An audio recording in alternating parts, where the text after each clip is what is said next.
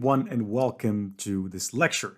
Now, in this lecture, I'm going to show you how you can use Google Bard to find out customer feedback, meaning how many people are satisfied versus how many people are not satisfied.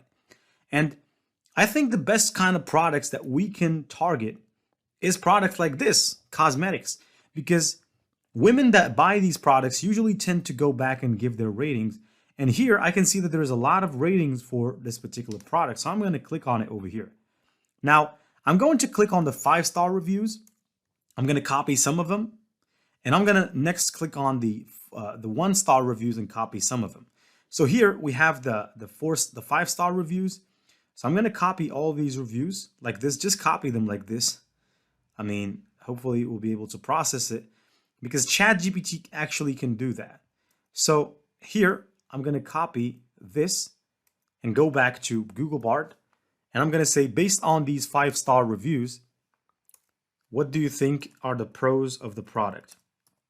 Based on the following 5-star reviews, tell me what do you think is the best or are the pros of the product. And I can just paste this in. And right now it's going to take this into consideration. It's going to tell me what it thinks is the best part about the product that customers really love. And in the meantime, while it's actually answering my question, I'm going to go back and click on the 1-star reviews because that's a strategy that you do. You take the 5-star reviews and you take the 1-star reviews and you find out what people dislike the most and what people like the most. So here I can see there's a lot of anger. Now, not a lot. Just about 3 people that have written these comments, which means that this product is relatively good. Only 3 people has complained about it. And I can go back here to Google Bard. So if I scroll down over here, it is telling us the pros, right? So these are additional, but let me just scroll to the top to see the pros. Moisturizing, non-greasy, long-lasting, affordable, effective. All of these are things that you can use in your marketing campaign. So you could just directly right now tell it, build my Facebook ad content for me, and it can do that. Also, it's telling us some additional pros that were mentioned by a few reviewers. Smells good, easy to apply, safe for sensitive skin, etc. I'm going to say take the following negatives or negative comments and let me know what are the cons. So here, I'm going to paste the negatives and it's going to tell us exactly what it thinks are the cons based on the reviews that we gave it.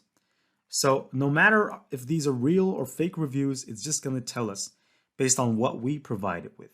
So if we scroll down over here, now here it's telling us that greasy, not for the sensitive skin, smells sour, wrong product scent, not the original product. Okay, so here I can see that most people that are complaining here, they haven't even really received the product.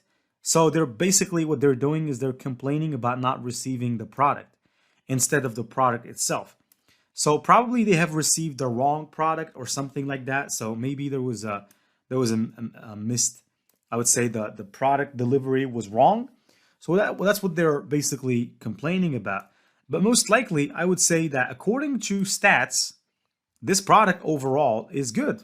I mean, 57% are 5 stars. And if you want to elaborate more, you could put all the comments in an Excel spreadsheet and you could just simply, all of those comments, you could put them on Google Bard and it will analyze it. Now, similarly, if you are an instructor or if you have a funnel or if you are selling products, this is what you can do, right? To basically analyze what the competition or what people think about you. So for example, here, you can take a course and you can analyze its reviews. So for example, this course right here about AWS, you can analyze its reviews. Now, the good thing is you don't have to read review by review because you just can copy all the reviews and it will basically tell you if overall people think you're good or not.